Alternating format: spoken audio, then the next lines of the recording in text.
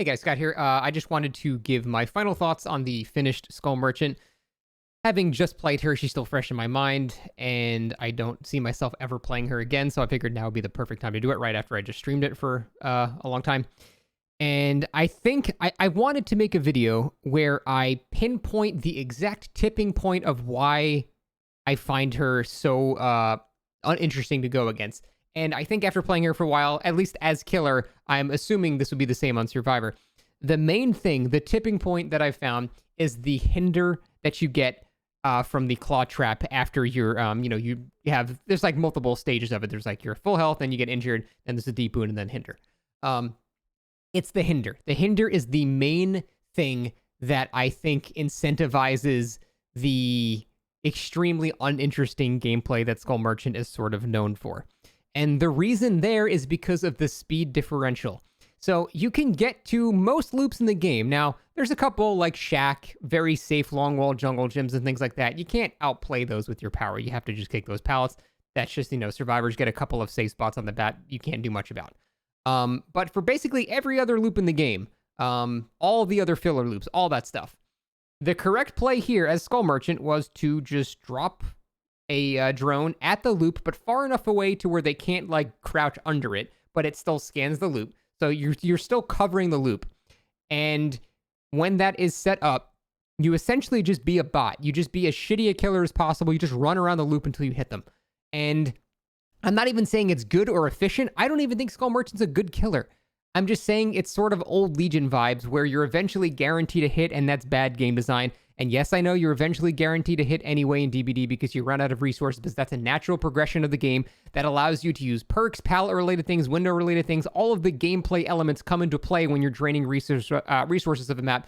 So that's an acceptable amount of, time to get to the point where the survivors now are out of resources and they can't really do much anymore. That's okay. That's an acceptable amount. This, it just takes 15 seconds. I was so surprised how quickly I could get people hindered if I just felt like not kicking the pallet. So if I felt, just for the hell of it, I didn't want to kick the pallet, I would drop a drone there, and I'd rotate it around one side, and they would get tagged with one. Then I would rotate around the other side. They would get tagged again.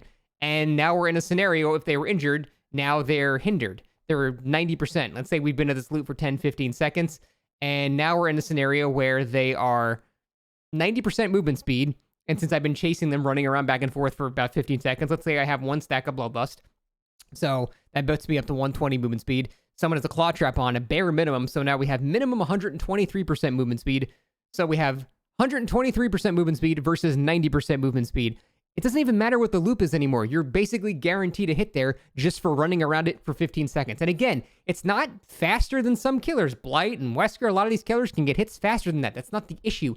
The point is, it took nothing for me to do that. I just right-clicked my mouse and ran around in a circle till you died. And there was nothing you could do about it. That's why I compare it to old Legion, because there's just not much the survivor has as an option there.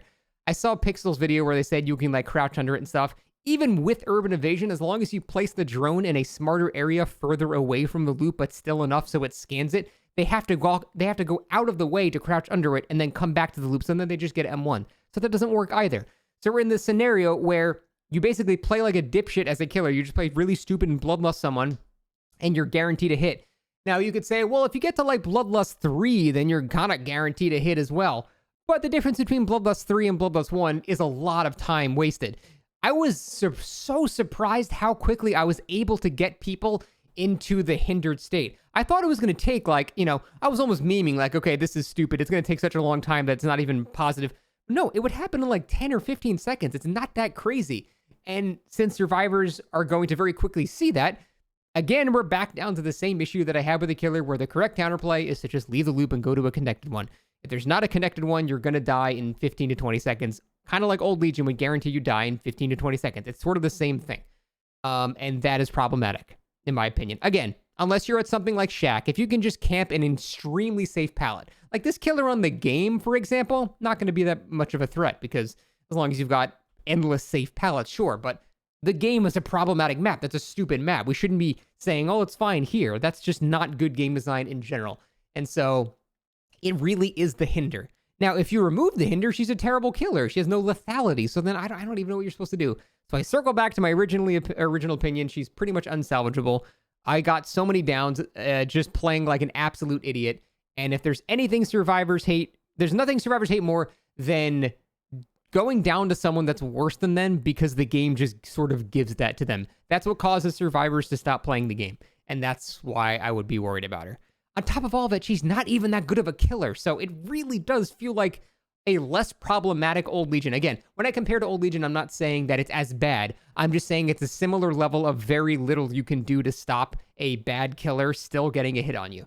And it's the hinder that is the core component. Because yeah, going 120 movement speed compared to 90%, you can't even make it around the loop anymore. So your only option is to camp a pallet and 50-50 vault it back and forth until eventually you get wrong and you get hit. And I don't know. I don't think that's good. Okay, never playing her again.